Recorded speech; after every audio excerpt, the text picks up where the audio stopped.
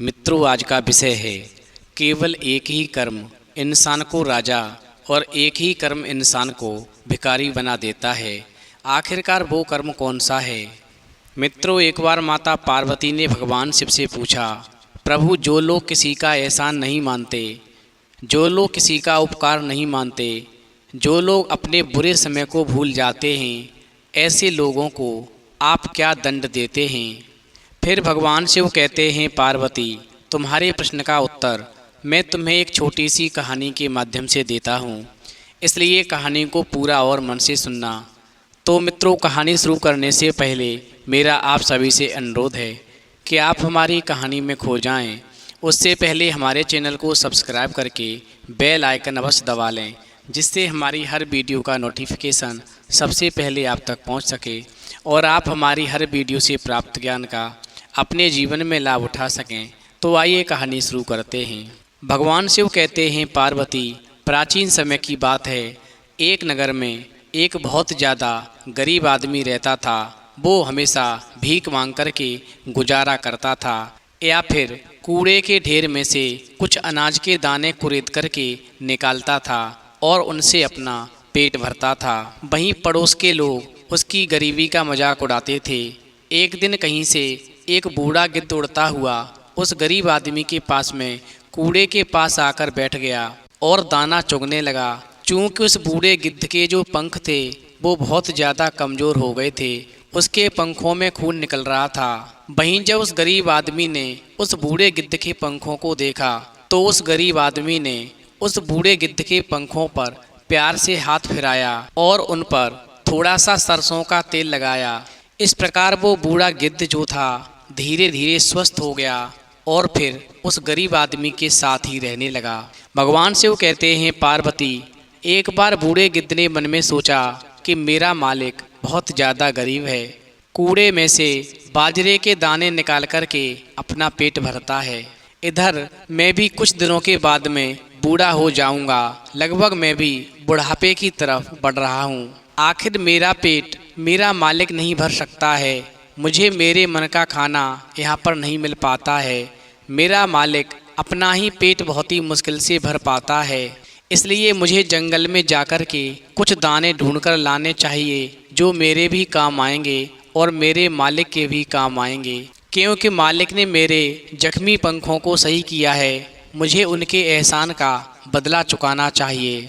क्योंकि जो एहसान का बदला नहीं चुकाते, प्रभु उसे दंड अवश्य देते हैं। भगवान शिव कहते हैं, पार्वती, फिर वो बूढ़ा गिद्ध जो था ऐसा सोच कर के जंगल में दाने चुगने के लिए चला गया और एक घने जंगल में कटीली झाड़ियों में अपना खाना खा रहा था कि उसने उसके पास में उगे हुए एक बड़े पेड़ की जड़ की घास में खुरचना शुरू किया। इत्तेफाक से वहाँ पर उस बूढ़े गिद्ध को एक बड़ा सा चमकीला हीरा मिल गया और फिर हीरा देख कर के बूढ़ा गिद्ध सोचने लगा, अरे ये तो बहुत बड़ा खजाना है, इससे तो एक पूरा राज्य खरीदा जा सकता है, इसलिए ये हीरा मैं अपने मालिक को दे दूंगा, जिससे उसकी गरीबी हमेशा के लिए दूर हो जाएगी। वहीं बूढ़े गिद्ध ने आगे और सोचा कि अगर मैं इस हीरे को ले जाकर अपने मालिक को दे दूंगा तो हो सकता है लोग मेरे मालिक को मार देंगे, क्योंकि वो उससे पूछेंगे कि इतने गरीब आदमी के पास में इतना कीमती हीरा कहाँ से आया। इसका मतलब तू एक चोर है, तूने ये हीरा कहीं से चुराया है। और अगर वो ये जवाब देगा कि मुझे पड़ा हुआ मिला तो भी उसका कोई विश्वास नहीं करेगा और इसलिए मैं अपने मालिक को किसी तरह की मुश्किल में नहीं डालना चाहता। मुझे मालूम है कि अब मुझे क्या करना चाहिए, इसलिए मैं किसी ऐसे बड़े आदमी को ढूंढता हूँ जो इसको ठीक से इस्तेमाल कर सके। वहीं उस बूढ़े गिद्ध ने वो हीरा लेकर के एक पत्ते में लपेटा और अपने मुंह में दबाया और जंगल में उड़ गया और उड़ता ही गया। पर उस दिन उसको कोई शहरी नज़र नहीं आया, इसलिए उस दिन वो बूढ़ा गिद्ध जो था जंगल में ही सो गया। वहीं सुबह उठ कर के वो फिर से अपने रास्ते चल दिया और उड़ता गया। पर दूसरे दिन भी पहले दिन की तरह ही गुजर गया। वहीं तीसरे दिन वो फिर सुबह से शाम तक सफ़र करने लगा। वहीं शाम को जाकर के उस बूढ़े गिद्ध को कहीं थोड़े से घर दिखाई दिए। फिर धीरे धीरे ज़्यादा होते गए और घने होते गए। इस प्रकार बूढ़े गिद्ध को लगा कि वो किसी शहर में पहुंच गया है और फिर वो चलते चलते सुल्तान के महल में पहुंचा तो सुल्तान अपने महल के दरवाजे के पास ही बैठा हुआ था। वहीं बूढ़ा गिद्ध जो था महल के दरवाजे से कुछ दूरी पर ही जाकर रुक गया और उसने वो हीरा नीचे डाल दिया और खुद भी हाँफता हुआ उसके पास ही लेट गया।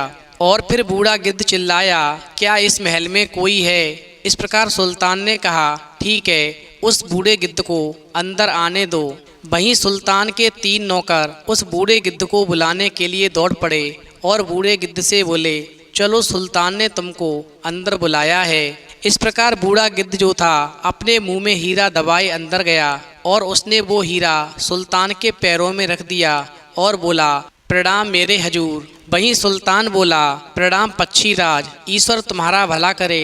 फिर सुल्तान ने अपने नौकरों को एक कालीन और एक बड़ा तकिया लाने के लिए कहा और बूढ़े गिद्ध ने मना किया और कहा कि वो वहीं ठीक है जहाँ पर बैठा है, उसके लिए कालीन बिछाने की कोई ज़रूरत नहीं है। मगर सुल्तान के विशेष आग्रह पर उस बूढ़े पक्षी को उस कालीन के ऊपर बैठना ही पड़ा। इस प्रकार उस कालीन पर बैठा हुआ वो बूढ़ा गिद्ध एक खास इज्जतदार मेहमान लग रहा था। इस प्रकार जब सब कुछ हो चुका तब सुल्तान ने बूढ़े गिद्ध से कहा, हे पक्षीराज, अब बताओ तुम्हें क्या कहना है, तुम मेरे पास क्यों आए हो? वहीं बूढ़ा गिद्ध कहने लगा, हे सुल्तान महाराज, मुझे मालूम नहीं है कि आप इस खबर को कैसे समझेंगे, पर सच तो ये है कि मैं आपको बेइज्जत करने के लिए भेजा गया हूँ। मैं आपसे लड़ने के लिए भेजा गया हूँ। मैं आपके पास में शादी का पैगाम लेकर आया हूँ, यानी मैं आपकी बेटी का रिश्ता लेकर आया हूँ। वहीं बूढ़े गिद्ध की बात को सुनकर के सुल्तान कहने लगा, अरे हे पक्षीराज, तुम पक्षी होते हुए भी बहुत अच्छा बोलना जानते हो।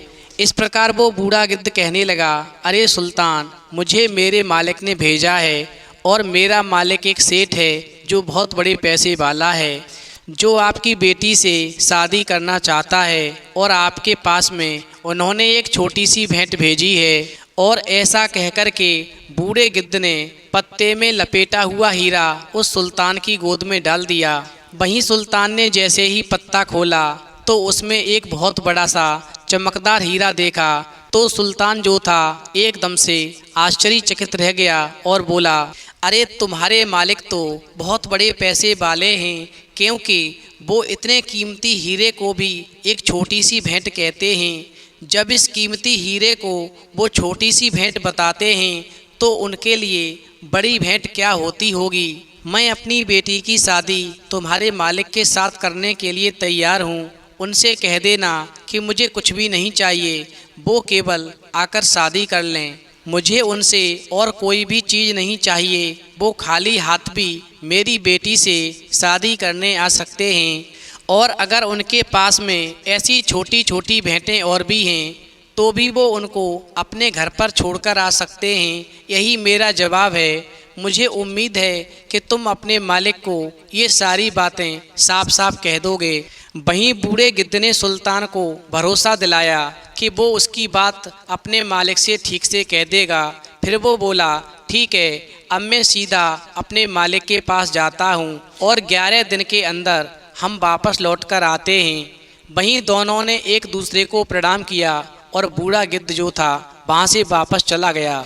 उधर एक शाम जब वो गरीब आदमी यानी भिखारी सोने को जा रहा था तो वो बूढ़ा गिद्ध घर में घुसा। फिर तो अपने प्यारे गिद्ध को देख कर के वो भिखारी अपने बिस्तर से कूद पड़ा और अपने बूढ़े गिद्ध को गले लगा लिया और फिर गले लगा कर के वो काफ़ी देर तक रोता रहा। उधर जब बूढ़े गिद्ध ने देखा कि मालिक का अब काफ़ी रोना हो गया तो गिद्ध कहने लगा, अरे मालिक, अब आप यहाँ चुपचाप बैठिए। आज मैं आपके लिए एक बहुत ही अच्छी खबर लेकर आया हूँ। अब आप मेरी खुशखबरी सुनने के लिए ज़रा संभल जाइए और फिर मैं जैसा कहता हूँ वैसा ही कीजिए। वहीं भिखारी बोला, बोलो बोलो, मुझे क्या करना है, मैं वही करूँगा जो तुम कहोगे। अगर तुम कहोगे कि तुम पीठ के बल लेट जाओ और पहाड़ी से लुढ़क जाओ तो मैं वो भी कर लूँगा। इस प्रकार सुबह उठते ही दोनों वहाँ से चल दिए, यानी गिद्ध आगे आगे और भिखारी पीछे पीछे। इस प्रकार 5 दिन तक वो जंगल में चलते रहे। 5वें दिन वो एक नदी के पास आए। वहां आकर बूढ़े गिद्ध ने भिखारी से कहा, अब आप यहाँ पर लेट जाइए। वहीं भिखारी लेट गया तो बूढ़े गिद्ध ने उसको बहुत मारा और इतना मारा कि वो बेचारा भिखारी चिल्ला पड़ा और बोला, रुक जाओ, तुम मुझे इतना क्यों मारे जा रहे हो। वहीं बूढ़ा गिद्ध रुक गया और बोला, ठीक है, अब मैं आपको और नहीं मारता, अब मैं चलता हूँ, पर जब तक मैं नहीं लौटूं आप यहीं पर रहिएगा और किसी भी हालत में यहाँ से नहीं जाइएगा। और ऐसा कहकर के बूढ़ा गिद्ध वहाँ से भाग गया, यानी उड़ गया, और सुबह होते ही सुल्तान के महल में पहुँच गया। सो जैसे ही एक आदमी ने हिरन को आते हुए देखा, वो सुल्तान से कहने लगा, अरे सुल्तान, मैंने अभी अभी उस बूढ़े गिद्ध को इधर ही आते हुए देखा है। वहीं सुल्तान और उसके आदमी सब सेठ से मिलने के लिए तैयार हो गए। पर जब सुल्तान सेठ को लेने के लिए शहर से कुछ ही दूरी पर गया तो देख करके आश्चर्यचकित रह गया कि बूढ़ा गिद्ध तो अकेला ही चला आ रहा है। इस प्रकार बूढ़ा गिद्ध आगे आया और बोला, प्रणाम महाराज। वहीं सुल्तान ने भी बड़ी नम्र आवाज में बूढ़े गिद्ध के प्रणाम का जवाब दिया और सेठ के आने की खबर पूछी। वहीं बूढ़ा गिद्ध बोला, बस कुछ न पूछिए मालिक, मैं बड़ी मुश्किल से चल कर के यहाँ तक आया हूँ और खबर भी अच्छी नहीं है। वहीं सुल्तान ने बूढ़े गिद्ध को तसल्ली देकर पूछा, हे पक्षीराज, कुछ बोलो तो सही कि क्या हुआ है। वहीं बूढ़ा गिद्ध बोला, बहुत बुरा हुआ है सुल्तान, बहुत बुरा हुआ है। यानी सेठ और मैं दोनों साथ साथ आपके यहाँ पर आ रहे थे कि काफ़ी दूर तक तो हम लोग ठीक ही आ गए, पर जब हम घने जंगल में पहुँचे तो रास्ते में हमें कुछ डाकू मिल गए और डाकुओं ने मेरे मालिक को पकड़ लिया और बांध करके उनको खूब मारा, यानी सेठ की बहुत पिटाई की। और फिर डाकुओं ने जो हम शादी के लिए सामान लेकर आ रहे थे वो भी सब लूट लिया, यहाँ तक कि वो हमारे मालिक सेठ के शरीर के कपड़े भी साथ में ले गए। वहीं सुल्तान बेचारा तो ये सब सुनकर के बहुत ही परेशान हो उठा और बोला, हमें तुरंत ही सेठ की सहायता के लिए यहाँ से चलना चाहिए।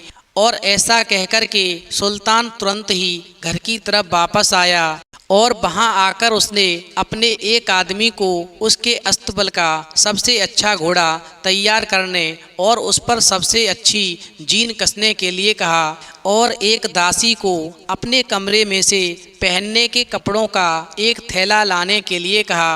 वहीं दासी जो थी जब कपड़ों से भरा हुआ थैला लेकर आई तो उसने उस थैले में से एक नीचे पहनने वाला कपड़ा, एक सफ़ेद लंबा चोगा, एक काली जैकेट जो कपड़े के ऊपर पहनने वाली थी, एक शाल कमर में बांधने के लिए और एक पगड़ी निकाल ली। साथ ही उसने सोने की मूठ की एक तलवार, सोने का बारीक काम की गई एक छोटी सी कटार और एक बहुत ही बढ़िया छड़ी भी साथ में ले ली। और फिर सुल्तान उस बूढ़े गिद्ध से बोला, मेरे कुछ सिपाही साथ में ले लो, ये सब चीज़ें तुम्हारे सेठ को ले जाकर दे देंगे ताकि वो ठीक से तैयार होकर के मेरे पास आ सकें और मेरी बेटी से शादी कर सकें। वहीं बूढ़ा गिद्ध बोला, अरे महाराज, क्या मैं ये सिपाही अपने सेठ के सामने ले जाकर उनको शर्मिंदा करूँगा?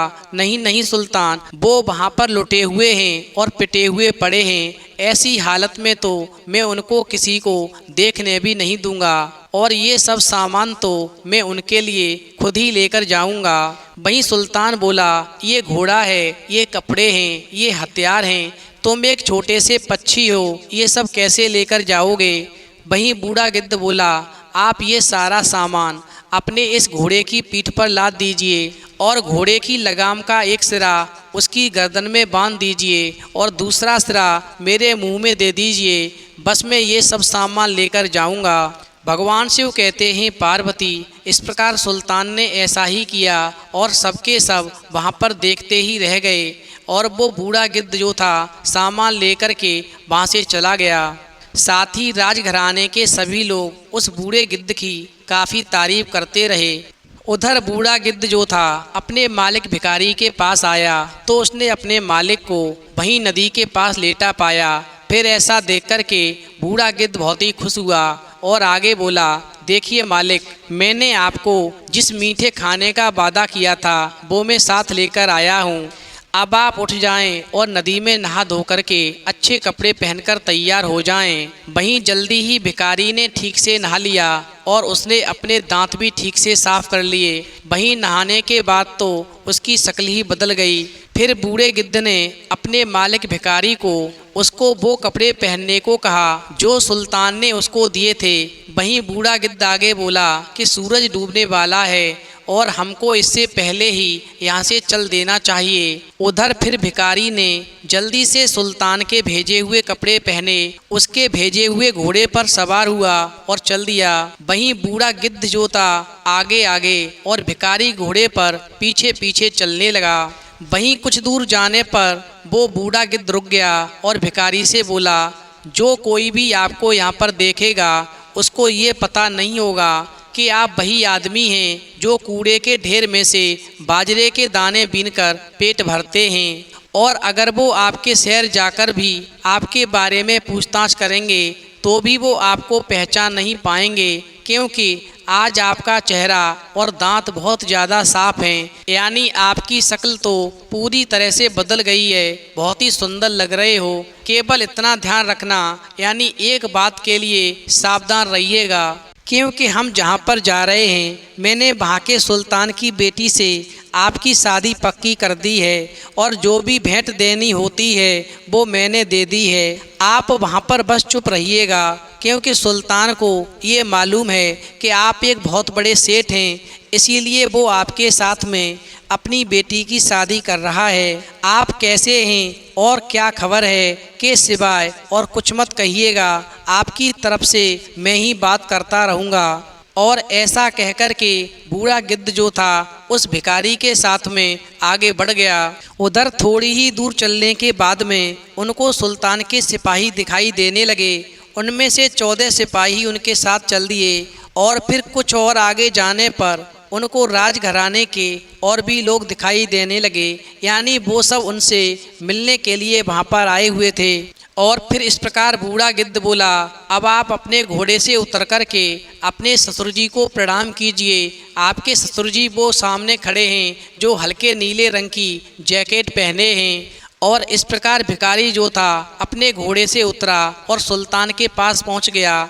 इस प्रकार सेठ और सुल्तान ने एक दूसरे से हाथ मिलाए, वहीं एक दूसरे को चूमा और फिर दोनों सुल्तान के महल की तरफ चल दिए। इस प्रकार सब लोगों की बहुत बड़ी दावत हुई, खुशियां मनाई गईं और वो सब लोग देर रात तक बातें करते रहे। इस प्रकार बूढ़ा गिद्ध और सेठ अंदर के कमरे में रहे, वहीं 3 सिपाही उनकी सेवा और हिफाजत के लिए उनके कमरे के बाहर खड़े रहे।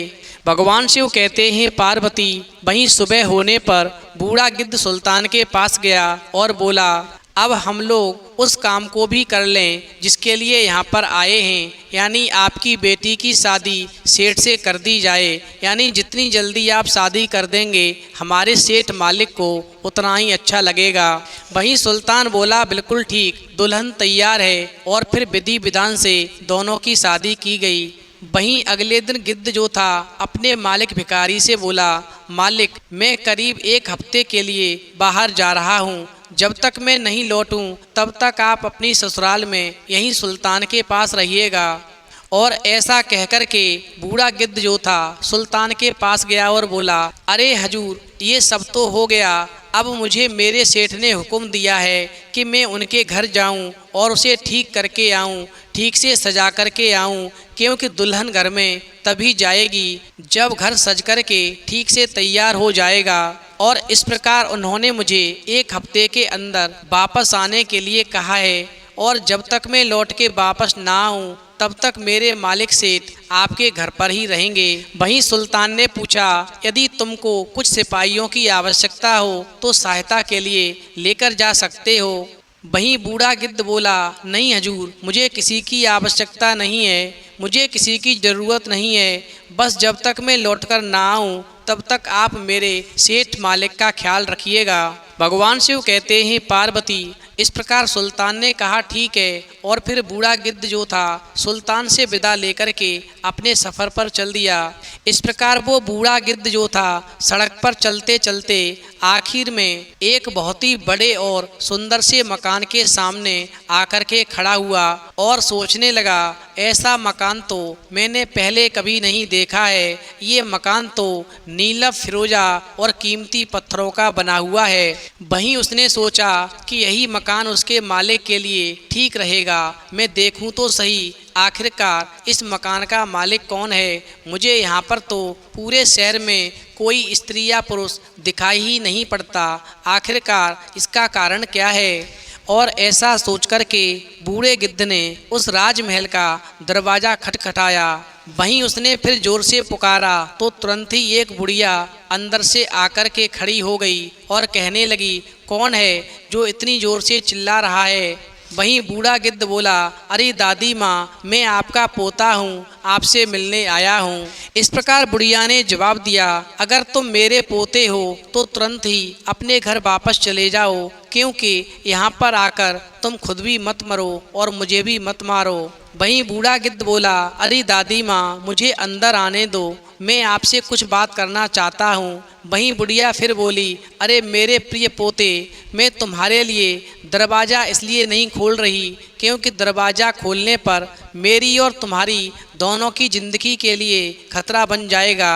वहीं बूढ़ा गिद्ध बोला, अरे दादी माँ, चिंता न करो, हम दोनों कम से कम कुछ देर के लिए तो सुरक्षित हैं, इसीलिए आप दरवाज़ा खोलें, मुझे अंदर आकर कुछ कहने दें जो मैं आपसे कहना चाहता हूँ। वहीं आपस में एक दूसरे के बारे में पूछने के बाद में उस बुढ़िया ने उस बूढ़े गिद्ध से कहा, प्रिय पोते, अब बताओ कि तुम यहाँ पर क्या कहने आए हो।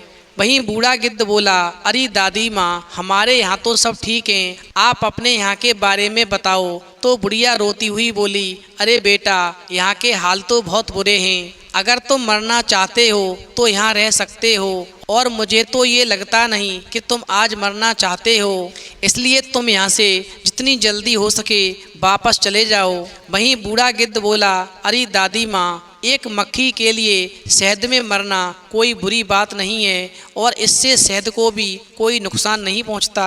वहीं बुढ़िया बोली, तुम्हारे लिए ये सब ठीक हो सकता है बेटा, पर जब वो लोग नहीं बच सके जिनके पास में तलवार और ढाल थे, तो तुम जैसी छोटी चीज़ का क्या कहना। मैं तुमसे फिर से कहती हूँ कि तुम जहाँ से आए हो वहीं वापस चले जाओ। मुझे तुम्हारी सुरक्षा की तुमसे ज़्यादा चिंता है, क्योंकि मैं जिस महल में रहती हूँ उस महल का मालिक एक जहरीला अजगर है, जहरीला सांप है, और उसे शहर में जो भी दिखाई देता है वो उसे खा लेता है।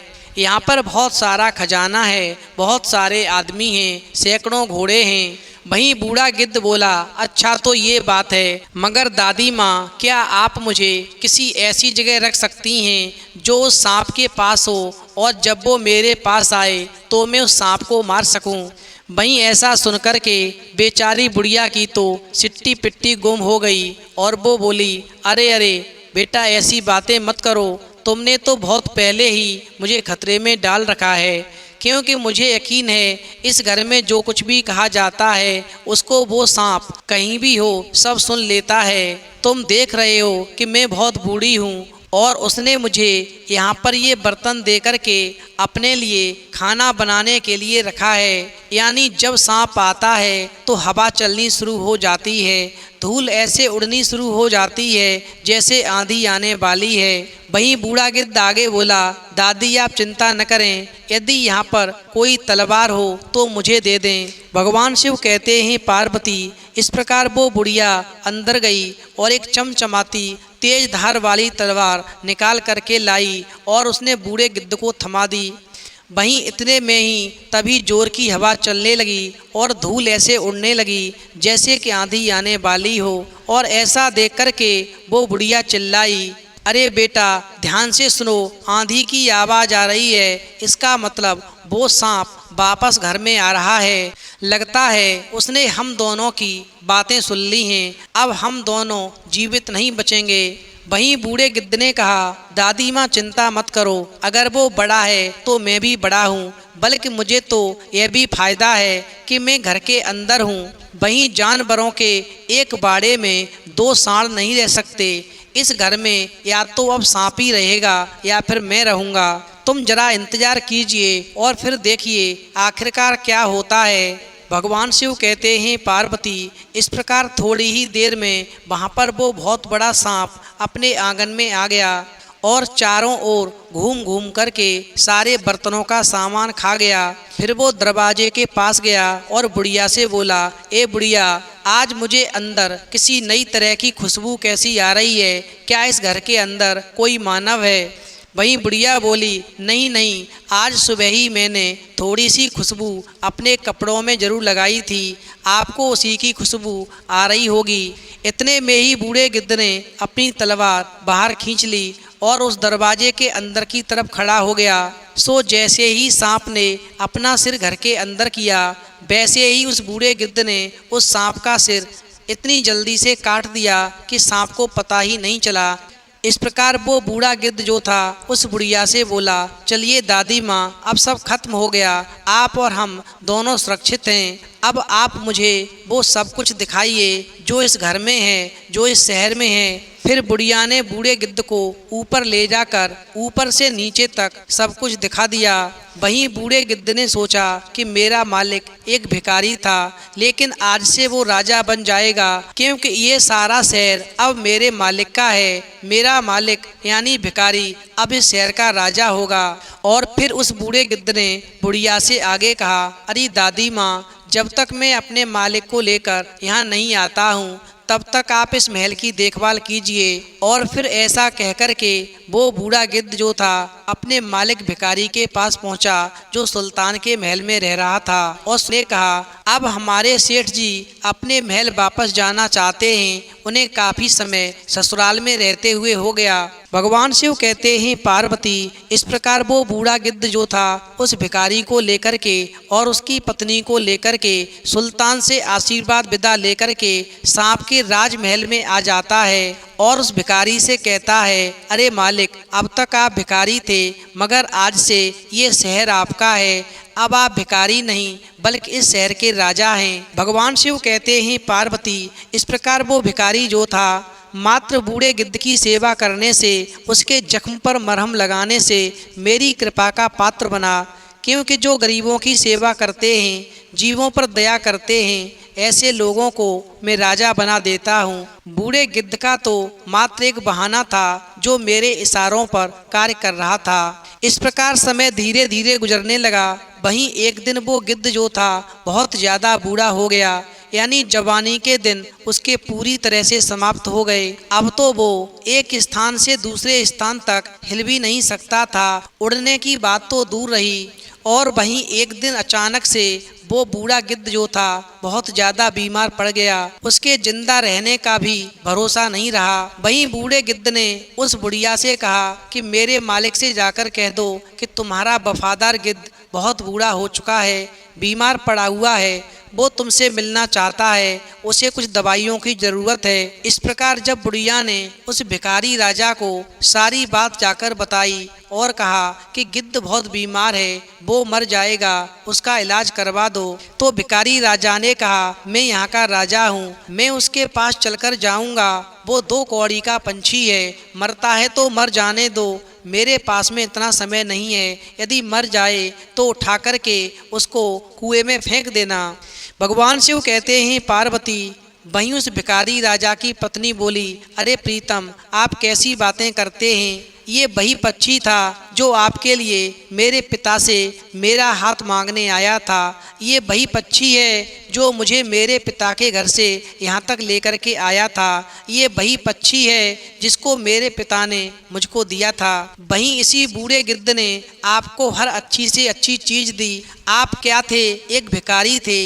ये बात पहले यदि मेरे पिता को मालूम होती तो मेरी शादी कभी तुम्हारे साथ नहीं होती और तुम्हें सूली पर चढ़ा दिया गया होता। तुम्हारे पास में अपनी तो कोई चीज़ पहले से थी ही नहीं। ये जो कुछ भी धन माया है, ये सब बूढ़े गिद्ध का ही दिया हुआ है। और जब वो बूढ़ा हो गया और बीमार पड़ा हुआ है तो आप कहते हैं कि उसे मर जाने दो, मर जाए तो कुएं में फेंक देना, जबकि आपकी सहायता करने के लिए बूढ़ा गिद्ध जो भी कर सकता था उसने तुम्हारे साथ में किया। आपने बदले में उस बूढ़े गिद्ध को क्या दिया? केवल अपना ये बेरहम बर्ताव। भगवान शिव कहते हैं, पार्वती, इधर तो भिखारी राजा और उसकी पत्नी के बीच में विवाद हो रहा था और उधर बुढ़िया ने जैसे ही नीचे जाकर के बूढ़े गिद्ध को बताया कि तुम्हारे मालिक ने तुम्हारा इलाज करवाने के लिए मना कर दिया, तुम्हारे पास आने से मना कर दिया और कहा कि वो 2 कौड़ी का पंछी है, अगर मर जाए तो मर जाने दो, उसे कुएं में फेंक देना।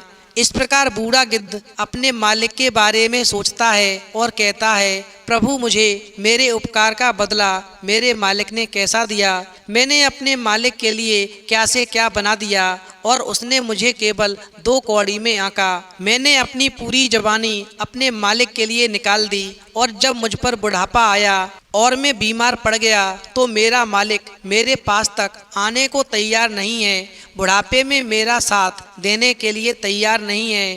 प्रभु, ऐसे नीच मालिक को अब आप ही सबक सिखाना। और ऐसा कहकर के बूढ़ा गिद्ध जो था अपने प्राण त्याग देता है। और उधर फिर बुढ़िया ने जाकर के जब उस भिखारी राजा को बताया कि तुम्हारा वफादार बूढ़ा गिद्ध मर गया, तो स्वार्थी राजा ने अपने आदमियों को उसके शरीर को कुएं में फेंकने के लिए बोल दिया। वहीं उस भिखारी राजा के हुक्म से गिद्ध को एक कुएं में फेंक दिया गया। उसका अंतिम संस्कार तक अच्छे से नहीं किया गया। भगवान शिव कहते हैं, पार्वती, वहीं ऐसा नज़ारा देख कर के सेठ की पत्नी ने तब अपने पिता सुल्तान को एक चिट्ठी लिखी और उस चिट्ठी में लिखा कि चिट्ठी को मिलते ही पिताजी आप मेरे पास चले आएं, मुझे आपसे कुछ खास बात करनी है।